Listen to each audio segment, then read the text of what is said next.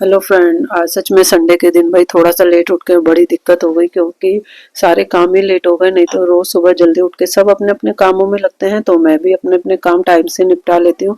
तो जैसे अभी आपको ये जंगल दिख रहा है ना, और इसमें सब उलझा हुआ लग रहा है, कुछ नहीं पता चल रहा को क्या है, कहाँ पर क्या है। तो बस ऐसे ही थोड़ा सा जीवन हो गया है।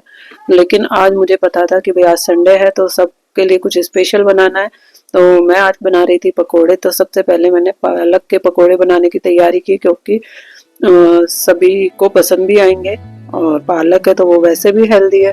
तो जल्दी से मैंने अपना पालक की पकोड़ों की कर दी थी तैयारी, और सोच रही थी आज और क्या क्या करना है। तो सब नाश्ते के लिए तैयार थे और मैंने फटाफट चढ़ाई है चाय, क्योंकि पकोड़ों के साथ चाय ना हो तो वैसे भी मज़ा नहीं आता। इसलिए मैंने भाई अपना तैयारी कर दी और फटाफट से संडे को और अच्छा सा बनाने के लिए, क्योंकि कल है बच्चों के एग्ज़ाम, तो वो भी अपनी पढ़ाई करेंगे। और इसलिए मैंने सोचा पहले इनको नाश्ता कराकर इनको फ्री कर दूं, ताकि ये लोग अपने अपने काम करें और मैं फिर अपने काम में लगूंगी।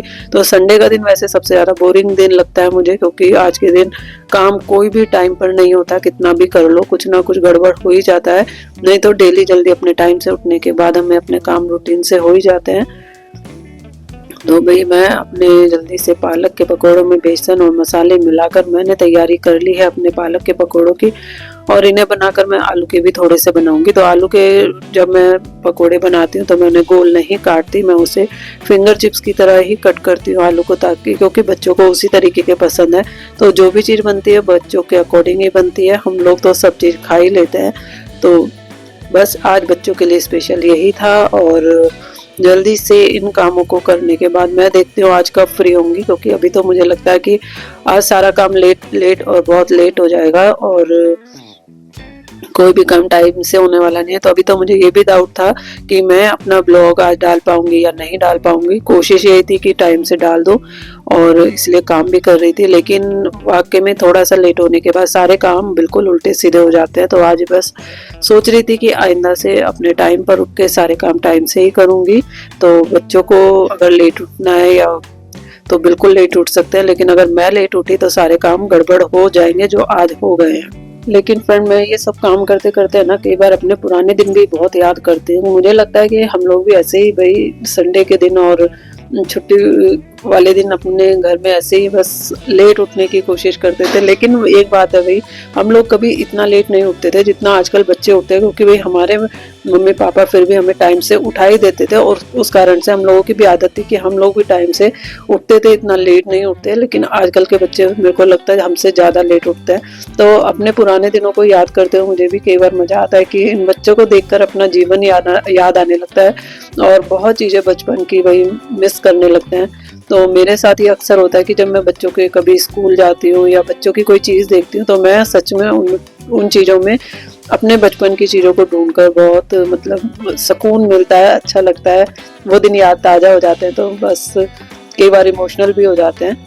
तो पकोड़े बनाते बनाते फ्रेंड आज मैं भी अपने पुराने दिन और बचपन के दिन मिस कर रही थी, जब हम भी छुट्टी वाले दिन मम्मी पापा की तरफ देखते थे कि आज स्पेशल क्या बनने वाला है घर में, और बनता भी था।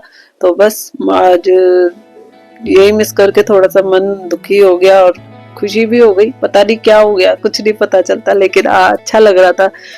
तो फ्रेंड आप लोग अपने भाई बचपन के दिन कैसे मिस करते हैं? कुछ याद आता है नहीं आता? लेकिन मेरा तो यही सबसे बड़ा पंगा होता है कि मैं जब भी कुछ ऐसा देखती हूँ या ऐसे कहीं कुछ सोचती हूँ ना, तो मुझे तो पता नहीं क्यों पुराने दिनों में मैं ऐसा खो जाती हूँ कि बस उसे फिर फुल तरीके से एंजॉय करती हूँ। तो बस आज संडे के दिन वही चीज़ें याद आ रही थी जो हम सब भाई बहन संडे के दिन भाई सभी। एक तो ये होता था सिर धोना, क्योंकि स्कूल में 2 चोटी बनाकर जाना, तेल लगाना, और उसके बाद संडे को सारा दिन सब चीजें करना, मतलब मजा आता था वो चीजें। तो आज जब मैं बच्चों को उठा रही थी ना, तो बस वही चीजें एकदम से दिमाग में क्लिक कर गई कि भाई ऐसे कभी हमें भी कोई उठाता था। और आज है कि इतनी जिम्मेदारियों में इतनी चीजों में फंसे हुए हैं ना कि नींद भी खुद से नींद ही भी नहीं आती है। तो सारा दिन ऐसा लगता है ना कि अब सोएंगे अब सोएंगे। तो मैं को जब बच्चों को सुकून से सोते देखती हूँ तो मुझे लगता है कई बार कि भाई बच्चों का बचपन यही है, और इसके बाद ये भी बड़े हो जाएंगे धीरे धीरे, तो ये भी हमारी तरह हो जाएंगे भाई सुकून भरा है, जो कहते हैं ना सुकून भरा जीवन और सुकून भरी नींद ये बचपन में ही मिलती है। उसके बाद तो जिम्मेदारियां एक एक दिन करके बढ़ती रहती है और उसी में नींद सुकून भरे दिन कब खो जाते हैं कुछ नहीं पता चलता। तो बस यही है। और आप भी बताइएगा कि ये बात सच है या नहीं है, क्योंकि जितने हम बड़े होते जाते हैं उतनी चीज़ों से हम दूर होते चले जाते हैं। लेकिन हाँ फ्रेंड, एक चीज़ है कि अपने कभी भी है ना अच्छे दिनों को और बचपन के दिनों को, बचपन के दोस्तों को, किसी को भी नहीं छोड़ना चाहिए और बिल्कुल उन चीज़ों से हमेशा टच में रहना चाहिए। क्योंकि जब हम कभी अकेले होते हैं या मन थोड़ा सा दुखी होता है ना, तो इन चीज़ों का सहारा बहुत अच्छा लगता है और बहुत उस टाइम कहते हैं ना कि सब दुख तकलीफें दूर हो जाती है जब हम इन चीज़ों को वही मिस करते हैं या इन चीज़ों को महसूस करते हैं। तो फ्रेंड, यही सब बातें याद करते करते लगभग मेरे सब पकोड़े बन चुके थे और मैं इनको वही नाश्ता भी करा चुकी थी। और अपनी चाय मैं जो डेली बनाती हूँ ना, बस मेरी चाय अब पी रही हूँ के चक्कर में हमेशा ठंडी हो जाती है और मुझे ठंडी चाय बिल्कुल अच्छी नहीं लगती।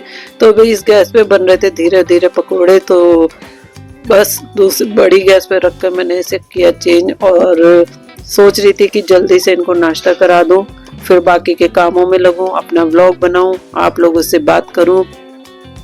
तो बस जिंदगी ऐसे ही चल रही है, रोज सुबह शाम के कामों में और आप लोगों से बातें करने के बहाने।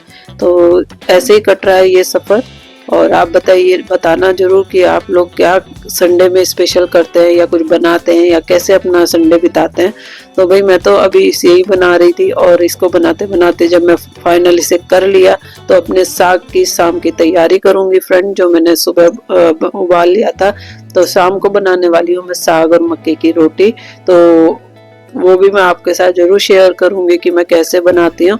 और इसके साथ ही मैं करती हूँ टाटा बाय बाय। फिर मिलते हैं नए ब्लॉग में। आपको ये ब्लॉग कैसा लगा जरूर बताइएगा कमेंट करके। तो अभी बच्चे लग रहे हैं नाश्ता पानी करके अपने पढ़ाई में, क्योंकि कल एग्जाम है और अपने सभी कामों में बिजी हो गए हैं। तो मैं अभी चलती हूँ friend, tata bye bye. Thank you so much full watch करने के लिए।